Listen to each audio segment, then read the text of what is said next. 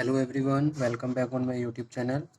Production management में आज के लेक्चर में हम लोग डिस्कशन करेंगे प्रोडक्शन मैनेजमेंट।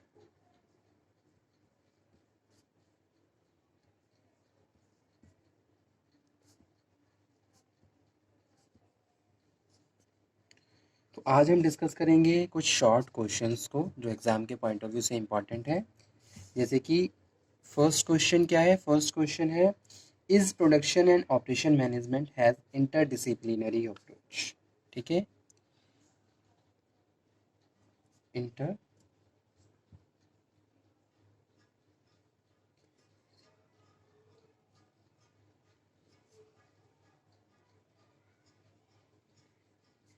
Interdisciplinary approach. ठीक है, इस क्वेश्चन में ये पूछा गया है, क्या production and operation management interdisciplinary approach है?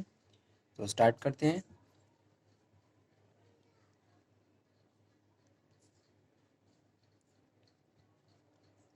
Production and operation management has interdisciplinary approach because it integrate the knowledge of science. Yes, because it integrate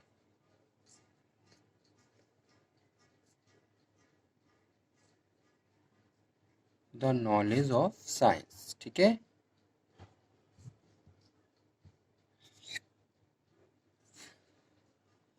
technology, engineering and management.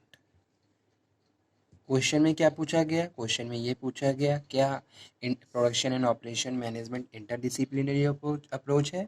तो इसका जो आंसर है वो है यस, क्योंकि इसमें हम, अगर मैं प्रोडक्शन एंड ऑपरेशन मैनेजमेंट की बात कर रहा हूँ, इट मीन्स यहाँ पे हम किसको, साइंस को भी यूज़ करते हैं, टेक्नोलॉजी भी यूज़ करते हैं, इंजीनियरिंग फैक्टर्स भी आ जाता है और मैनेजमेंट भी। ठीक है, तो इसीलिए इसको इंटरडिसिप्लिनरी अप्रोच कहते हैं। अगर मैं किसी भी ऑर्गेनाइजेशन के प्रोडक्शन डिपार्टमेंट की बात करूँ तो वहाँ पे हम टेक्निकल टर्म्स को भी यूज़ करते हैं। ठीक है, और जितने भी टेक्निकल टर्म्स को यूज़ करने के बाद everything we are managing also, that's why I am saying it is also apply the concept of management also. ठीक है, तो यहाँ पे मैनेजमेंट का कॉन्सेप्ट भी अप्लाई हो रहा है, साइंस का कॉन्सेप्ट भी अप्लाई हो रहा है, और technology and engineering also. So that's why I am saying it is an interdisciplinary approach.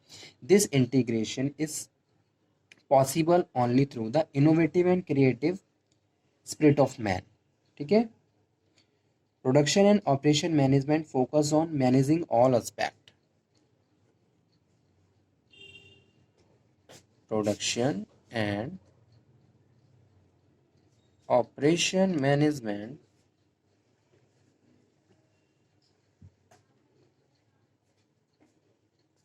Focus on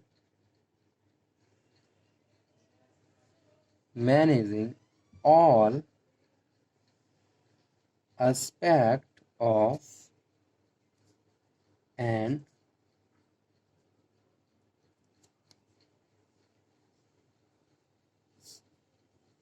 organization। ठीक है, production and operations. So modern technology is immensely complex and knowledge based. Modern technology क्या है?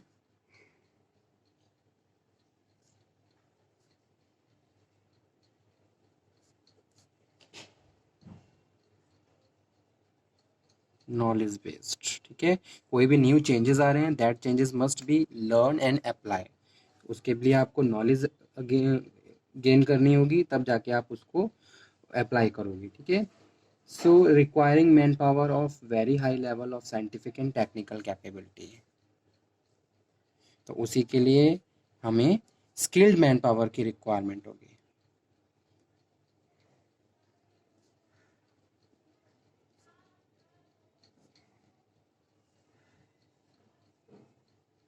ठीक है, तो इसीलिए इसको हम क्या बोल रहे हैं, ये इंटरडिसिप्लिनरी अप्रोच है। उसके बाद नेक्स्ट जो क्वेश्चन है वो है लोकेशन थ्योरी के बारे में। सेकंड जो क्वेश्चन है वो हम डिस्कस कर रहे हैं location theory. Location theory of production management. तो ये भी शॉर्ट टॉपिक में पूछा गया है क्वेश्चन।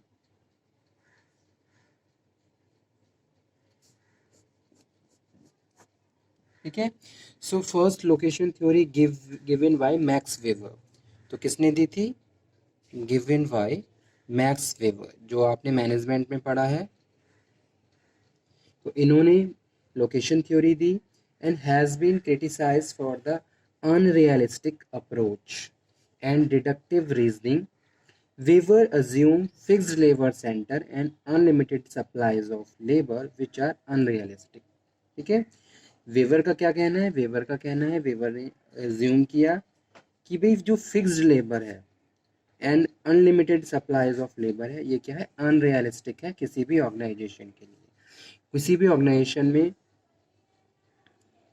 अनलिमिटेड सप्लाई ऑफ अगर लेबर चल रहा है और फिक्स्ड लेबर चल रहा है सेंटर्स, तो वहाँ पे क्या रहेगी? वो अनरियलिस्टिक्स हैं। द राइज ऑफ इंडस्ट्री में क्रिएट न्यू लेबर सेंटर्स। तो यहाँ पे मैं इसका कॉन्सेप्ट लिख देता हूँ।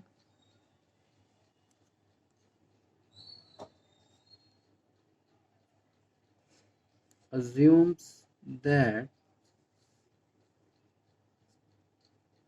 fixed labor centers and unlimited supplies of labor which are unrealistic। The rise of industry may create new labor center।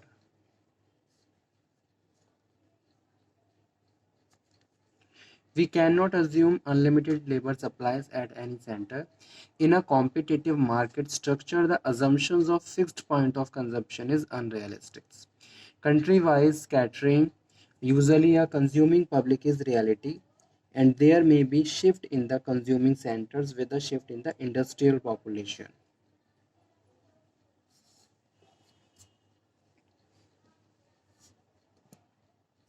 तो वेबर ने क्या कहा? वेबर ने सजेस्ट किया कि भाई न्यू लेबर सेंटर्स खोलने चाहिए, होने चाहिए, ताकि जो इंडस्ट्रीज में रिक्वायरमेंट है वो फुलफिल हो सके।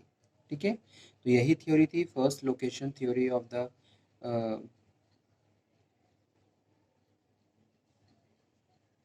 First location theory given by max weber and suffer from one limitation. तो यही लिमिटेशन है इस थ्योरी का।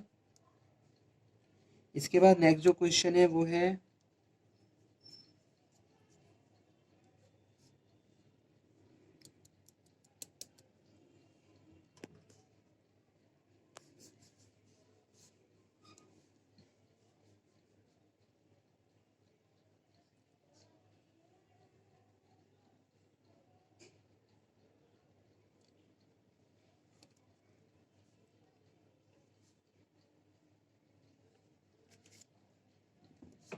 एक्सपीडिटिंग का क्या मतलब होता है? एक्सपीडिटिंग और प्रोग्रेसिंग और प्रोग्रेसिंग।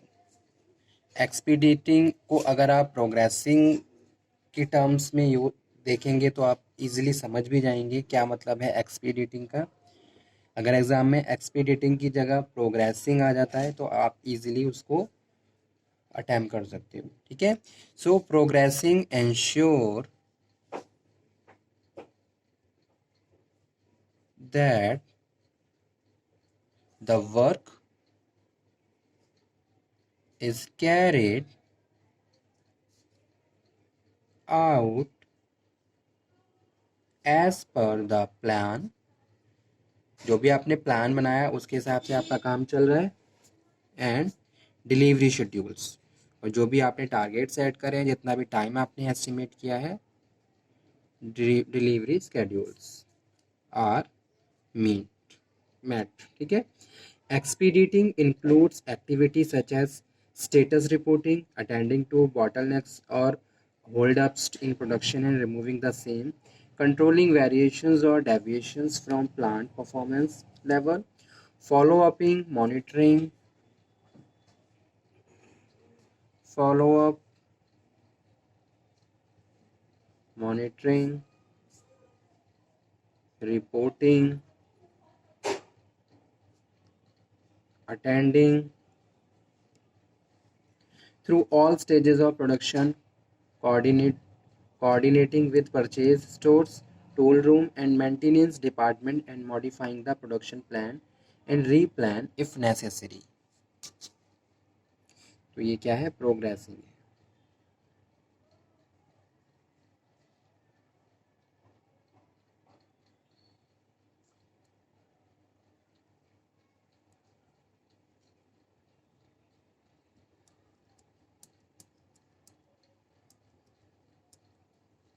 ठीक है, तो आज का सेशन यहीं पे फिनिश करते हैं. नेक्स्ट लेक्चर में हम फिर से मिलेंगे और इसी टॉपिक को कंटिन्यू करेंगे आगे.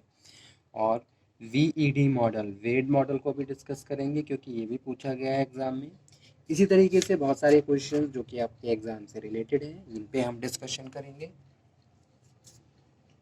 अगर आपको किसी क्वेश्चन में क्वेरी हो, कोई डाउट हो, तो आप भी दोबारा से डिस्कशन कर सकते हो. आप सिंपली मुझे कन्वे कर दीजिए ताकि उससे रिलेटेड मैं एक लेक्चर आप लोगों को डिलीवर कर दूं. ठीक है, किसी भी स्टूडेंट्स को, any students have any doubt in any units of the production management, जिसमें हमने फर्स्ट टू लास्ट 5 तक यूनिट कंप्लीट कर लिए हैं. ऑलमोस्ट सारा सिलेबस हमारा कंप्लीट हो गया है. ठीक है, कोई भी टॉपिक अगर आपका रह गया है तो आप मुझसे दोबारा डिस्कशन कर सकते हो. अपने डाउट्स आप क्लियर कर लीजिए ताकि एग्ज़ाम टाइम में आप बेटर तरीके से स्कोरिंग कर सको. ठीक है, तो आज का सेशन यहीं पे फिनिश करते हैं. नेक्स्ट लेक्चर में हम फिर से मिलेंगे और फिर से बात करेंगे एक नए टॉपिक पर. तब तक आप ये पढ़िए, समझिए, healthy, be healthy and be motivated. Thank you.